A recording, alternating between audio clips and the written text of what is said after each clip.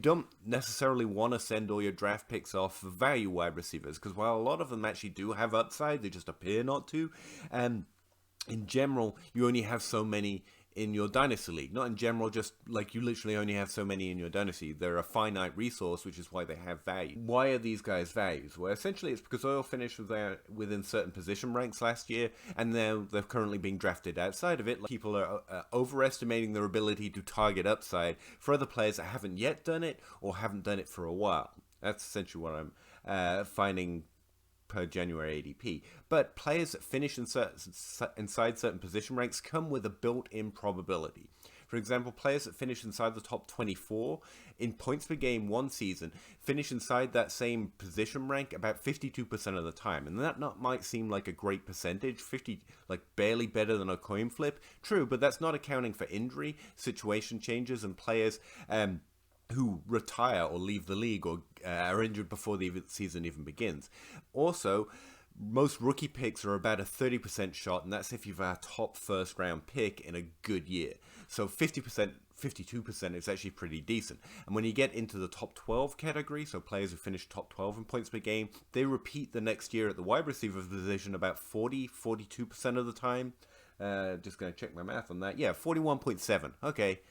Nerd. Yeah, 41.7% of the time in points per game, they actually finish inside the top 12 next year. So you already have this built-in estimation of their likelihood of producing a similar season, if not a better season. It's actually better than most first-round picks. Also, before we get into it, we should really talk about being scared of the red circle, because being scared of the green circle, because we're worried about the red circle. And there should be a picture around here to show you what I'm talking about. Yeah, can you see it? The red circle is the point at which players typically scoring points for us. Either they age out, they disintegrate into lesser roles on different teams, and so on and so forth. And the green circle is where most wide receivers score the majority of their fantasy points throughout their NFL career. This is golden brand, or the green band of production. This is where the points are scored. The average age of players inside the top 12 are 27 years old. Not 24, not 25, not 32, 27. So the majority of players inside the top 12, or inside the top 5 for that matter, or inside the top 3 for that matter, are actually going to be older than most players we typically lust after and want in Dynasty. Why? Because value is a thing, value exists. It is true, but we should really not be too scared of players between the ages of 25 and 27. We tend to be. And so I'm looking for players under the age of 26, just to, keep your hair from setting on fire with the value, but also because they're literally entering that green band of where most production is scored, and they're already getting discounted. Is there anything else? Time limit. No, let's go. Number one, the first one on the screenshots, if I manage to fit them in the video or figure out how to do, they're actually from DLF. They're going to show, a nice pretty picture of some stats about the players, because DLF does that kind of thing. But that's where they're from, just to source it in the video in case I forget to do it in the notes. Alright, so the first player is Deebo Samuel. Now, Deebo Samuel is the first player because he finished the highest of everyone in the list last season. Now, it might be silly to say that Deebo Samuel is undervalued because he's valued currently per ADP as a top 12 wide receiver. That's a pretty high value, yeah. But he also finished as a wide receiver 2 last year. And yes, he ran a lot, and he's running back, But he's being drafted as wide receiver 9, which means that's the most significant value for, I think. If you're finishing as a wide receiver 2 and being drafted as a wide receiver 9, I think that's more significant than if you finish as a wide receiver 15 and then being drafted as a wide receiver 21. Because that's such a high value range to be falling any spot in, then those few spots that he's falling in ADP are much more significant than a similar drop later in ADP. But, take that for what it's worth.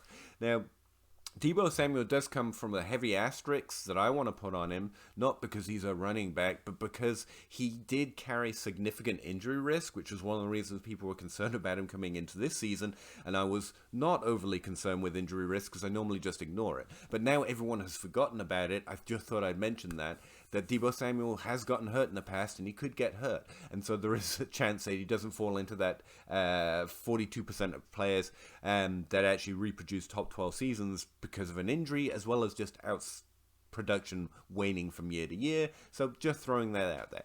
Outside of that, the only problem with Deebo as a value is that nothing.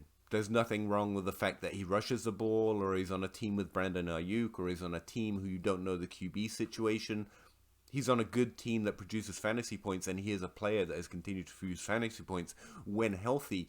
And the fact he plays the wide receiver position different than Calvin Johnson or Tyreek Hill, well, both of those players also play it drastically differently. So the only other things I'll note on Deebo Samuel before I get on to the next player is that Deebo Samuel's 25 years old, just edging into that most productive window for most wide receivers, and also still significant time left on his dynasty life in terms of value overall. The only players being drafted that far below their points per game rank in positional ADP in January are all well over the age of 27, which is where dynasty players typically get a little bit nervous of it. So it's Devontae Adams and Cooper Kupp are both being drafted 3 ADP positional spots below where they finished in points per game last year. Deebo Samuel is the only one on that list under the age of 27. Alright, so the next player I want to talk about is Chris Godwin, Tampa Bay wide receiver, maybe right now. Now, I'm someone who tends to speculate that players stay on the exact same team, because up until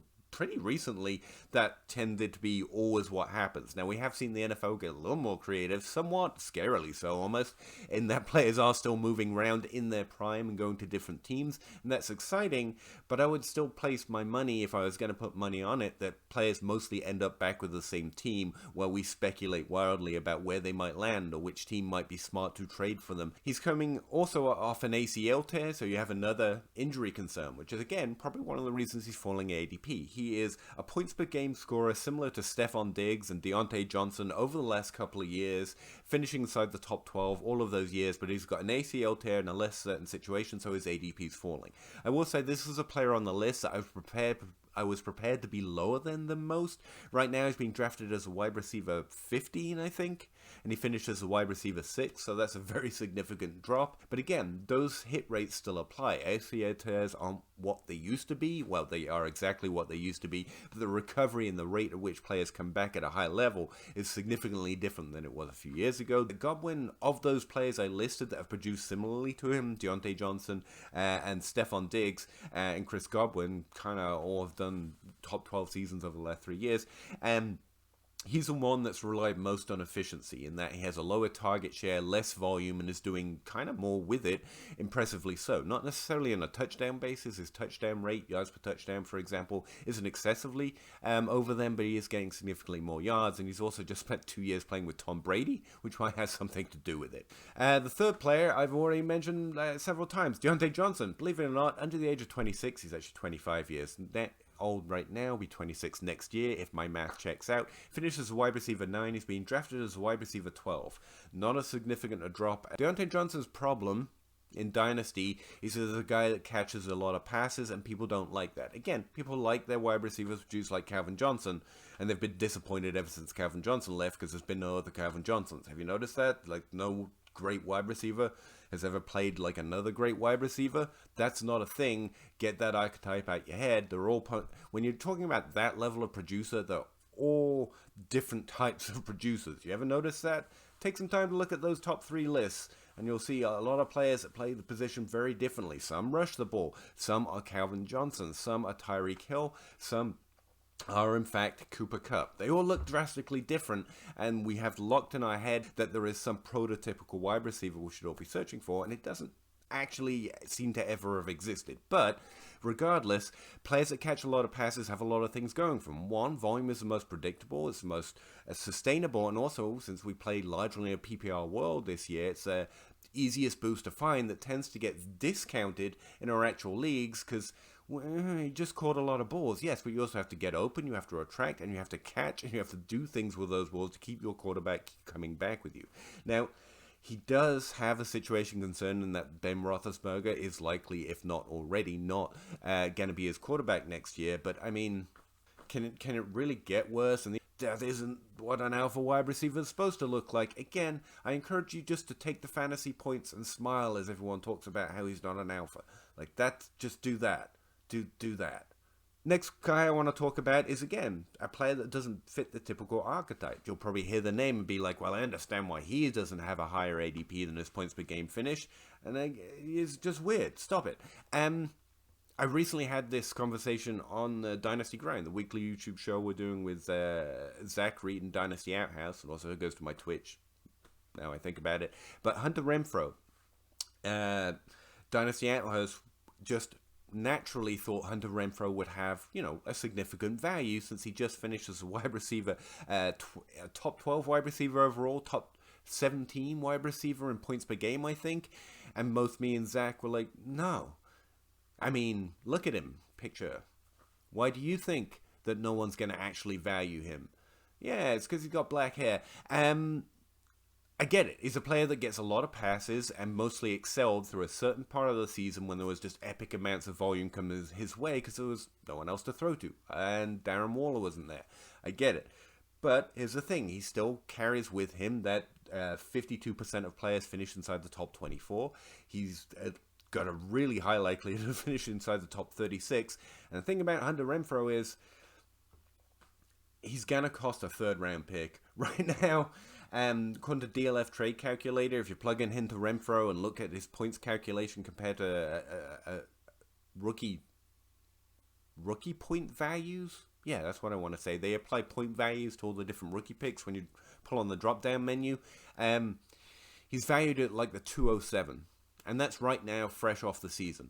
I think that's going to fall. Hunter Renfrows of the world always fall. And since Hunter Renfrow doesn't carry draft capital, broke out and is like his bazillionth year in the NFL, everyone thinks it's going to go away. So you can pretty much get him as a throw-in in trades or trade a late second or an early third or that level of value for him. That's just free, man. The last guy on the list I want to talk about is a guy I really have to have on this list anymore because he was on this last year and throughout the offseason when I didn't make YouTube videos about it. And, like, what do you all want? Like, Marquise Brown, 24 years old, the youngest man on this list. By the way, he finishes as a wide receiver 22 overall in points per game. So he's got like 52% chance of hitting back just based on his actual positional points per game rank.